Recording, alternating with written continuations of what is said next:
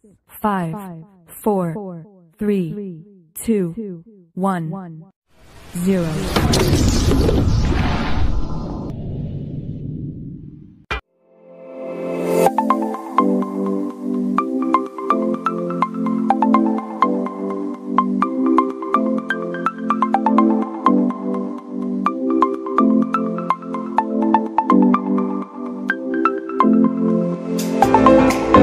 Assalamualaikum warahmatullahi wabarakatuh.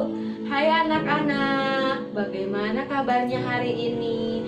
Semoga selalu sehat dan selalu dalam lindungan Allah Subhanahu wa Ta'ala.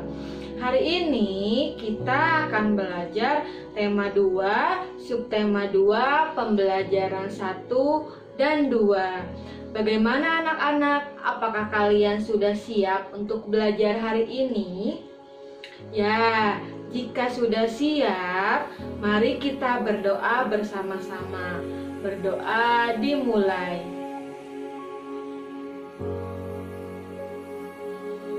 Berdoa selesai. Baik anak-anak, tujuan pembelajaran hari ini yang pertama, mampu membaca dongeng. Yang kedua, mampu memahami perkalian. Yang ketiga, mampu memahami dinamika gerak. Dan yang keempat, mampu memahami karakteristik individu. Nah, untuk dongeng, kalian bisa simak video berikut ini ya.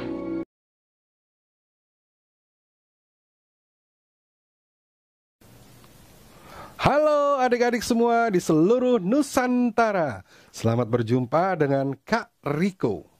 Kak Riko akan mendongeng untuk kalian.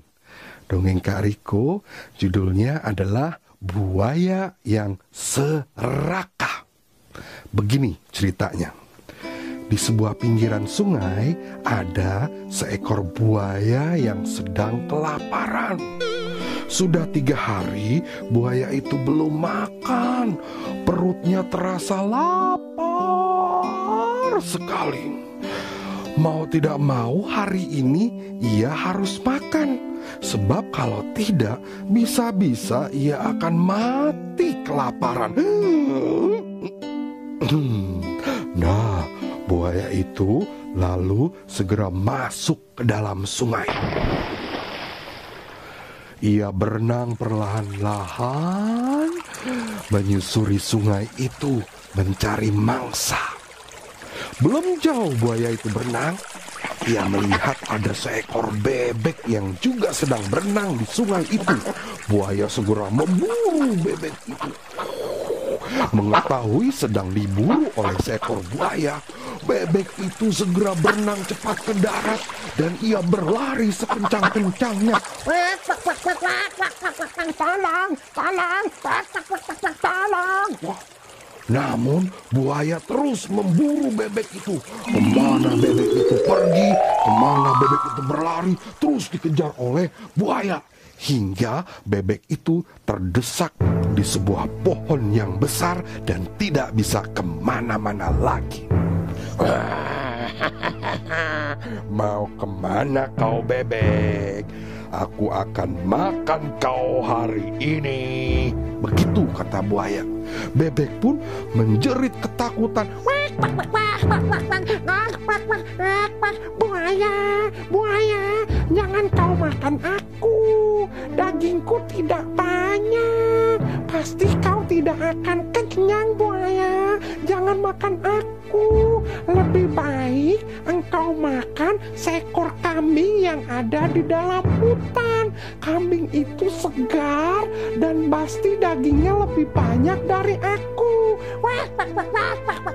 Begitu kata bebek itu. Buaya pun menjadi tergiur dengan apa yang disampaikan oleh bebek itu. Seekor kambing yang segar ada di dalam hutan. Buaya lalu meminta kepada bebek itu untuk mengantarkannya ke dalam hutan menemui kambing. Bebek pun menyetujuinya. Bebek mengantarkan buaya itu masuk ke dalam hutan. Benar saja, begitu di dalam hutan, buaya melihat ada seekor kambing yang besar dan segar.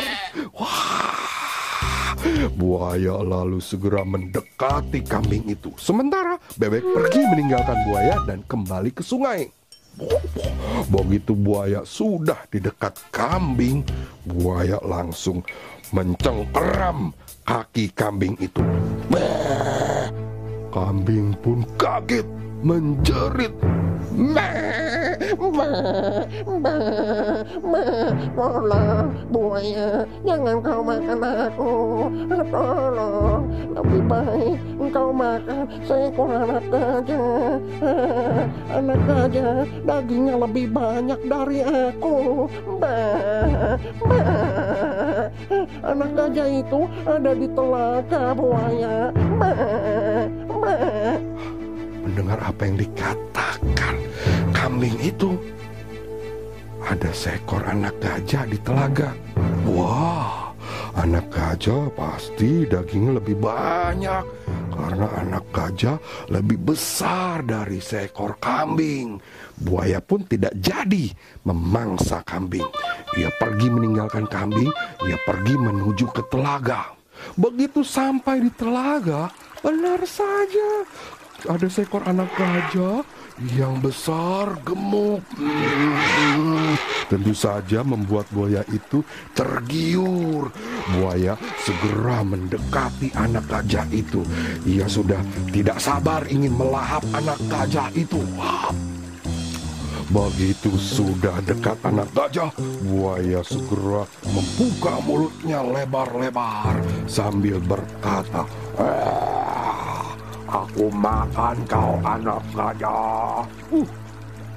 Anak gajah itu pun berteriak-teriak minta tolong memanggil induknya.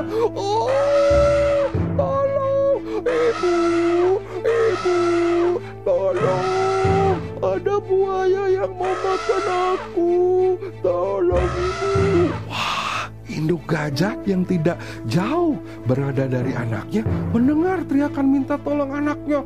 Segera saja induk gajah datang untuk menolong anaknya.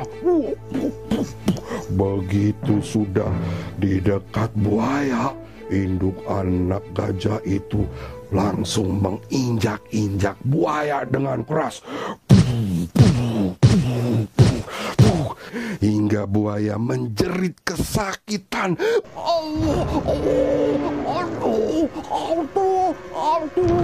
Dan buaya pun tidak bisa bernafas.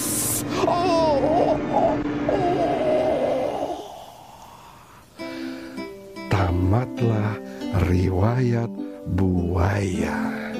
Dan anak gajah itu pun selamat dari terkaman buaya yang kelaparan. Nah adik-adik, demikianlah dongeng dari Kariko yang berjudul Buaya yang Serakah. Pelajaran yang bisa kita ambil adalah kalau kita sudah menerima apapun, meskipun kecil atau meskipun sedikit, berterima kasihlah dan bersyukurlah dengan apa yang sudah kita dapat. Demikian, sampai jumpa lagi dengan cerita-cerita Kariko yang lainnya. Dadah!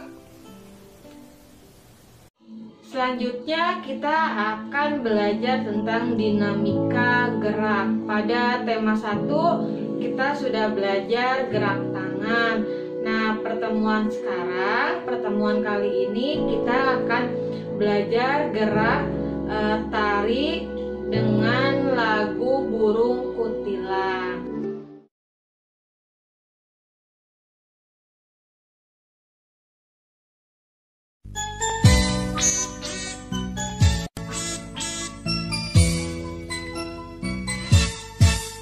Di ujung pohon cempaka, burung kutilang berbunyi, bersiul-siul sepanjang hari dengan tak jemu-jemu, mengangguk-angguk sambil berseru trilili-lili-lili, sambil berloncat-loncatan, paruhnya saling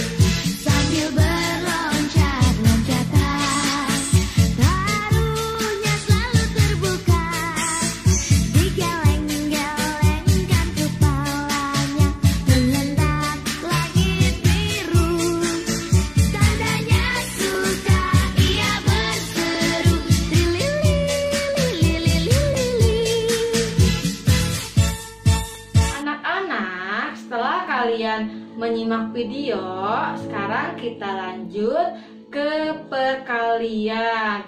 Pada tema 1 kalian tentunya sudah belajar tentang perkalian. Nah, di tema 2 Ibu akan mengulas sedikit tentang perkalian. Untuk contoh soalnya, Om Haris mempunyai 20 ekor burung yang dimasukkan ke dalam 5 sangkar. Nah, bagaimana bentuk perkaliannya? Ada yang tahu? Ya, betul. Kita lihat dulu ada berapa sangkar?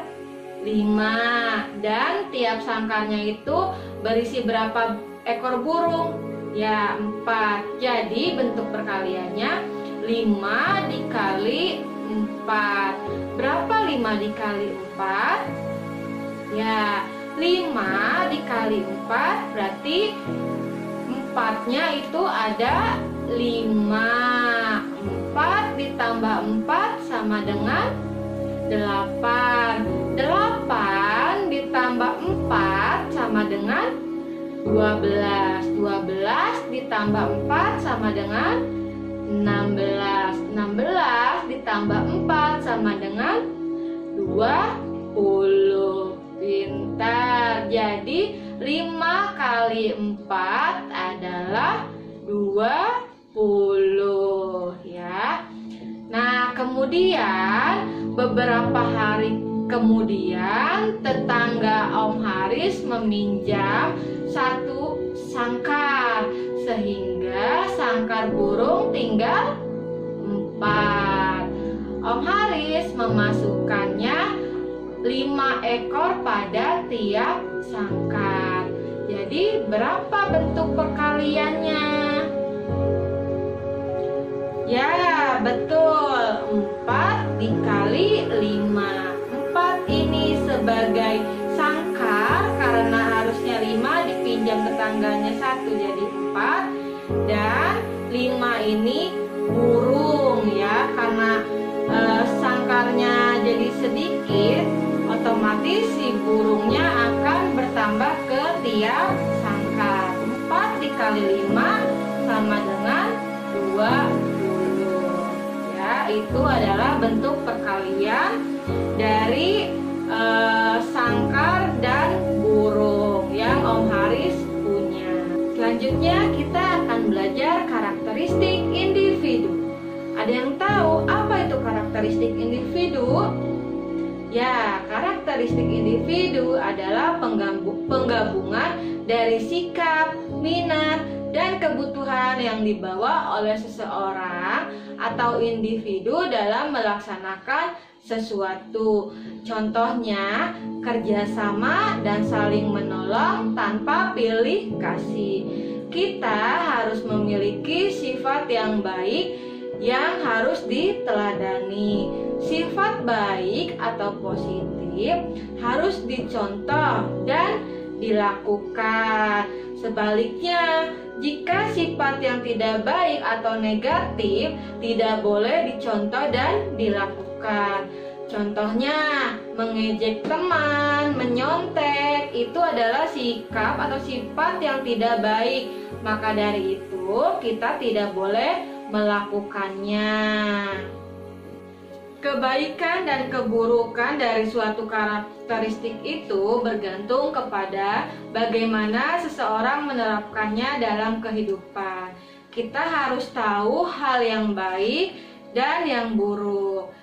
Lakukanlah hal yang baik dan jauhi hal yang buruk.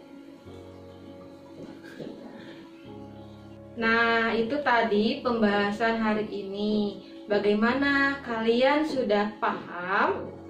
Jika belum paham, silahkan kalian tanyakan ke guru kalian masing-masing. Untuk penugasan, kalian bisa lihat di classroom dan silahkan kalian kerjakan. Walaupun belajar dengan kondisi seperti ini, kalian harus tetap semangat ya. Dan jangan lupa jaga kesehatan. Cukup sekian dan terima kasih. Wassalamualaikum warahmatullahi wabarakatuh. Dadah.